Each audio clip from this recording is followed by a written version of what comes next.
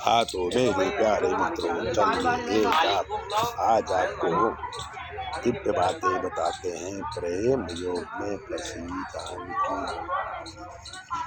ऐसा कोई व्यक्ति नहीं है कि जवानी में उसने प्रेम न किया हो, क्योंकि जब जीवन में बसंत प्रवेश करता है तो प्रेम हो ही जाता है। पर प्रेम कम और जातीय आकर्षण ज्यादा होता है। पर अगर शुक्र नीच का 4, 8 या 12वें भाव में बैठा हो तो यही प्रेम दुखदायी हो जाता है और व्यक्ति प्रेम की वजह से पागल तक हो जाता है। तो या फिर संसार में मोह हट जाता है। आज से 10 साल पहले हमें बॉम्बे में मिली थी जानकी देवी की। फिल्म इंडस्ट्री में कलाकार सप्लाई करती थी। उन्होंने अपनी कहानी हमें बताई तो नाम और स्थान बदलकर हम आपको सुनाते हैं। जानकी बिहार से आई थी। वो हीरोइन बनना चाहती थी। तो जब वो हीरोइन बनना चाहती थी तो नाक नक्श भी ठीक था, सुंदर भी थी, पर पढ़ी लिखी ना के बराबर थी।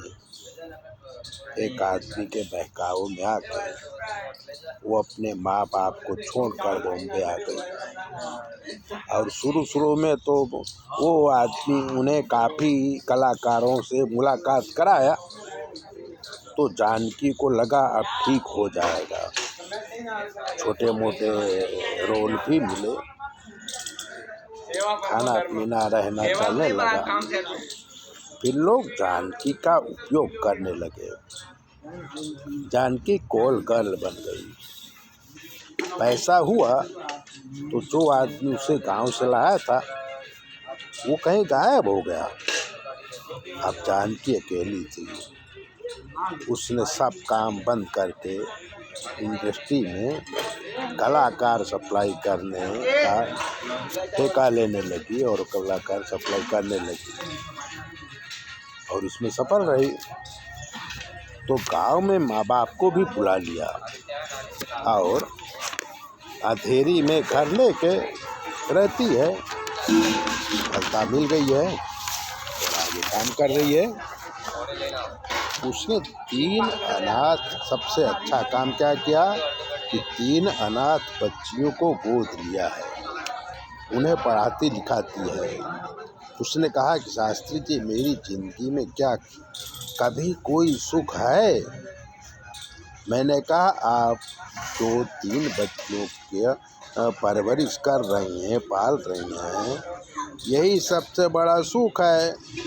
अब शादी नहीं करना और किसी के चक्कर में भी नहीं पड़ना, वरना एक बार फिर चक्कर में फंस जाओ तो उसने हमारी बात मान ली। आज वो सुखी है। तीनों बच्चियां बड़ी कंपनियों में नौकरी करती हैं और वो शान से माँ बनकर रह रही है। प्यार में जानकी फंसी सही पर बुद्धि से निकल गई। तो चाहे जिस परिस्थिति में आप हो, अगर आप चाहें तो जीवन सुखी बना सकते हैं। ऐसी बातें जानने के लिए, अपनी ज्योतिष दिखाने के लिए 9825200108 पर फ़ोन करिए। आपकी सारी समस्याओं का हल किया जाएगा और जो भी ग्रह हैं उसका निवारण किया जाएगा। चैनल सब्सक्राइबर जरूर करें।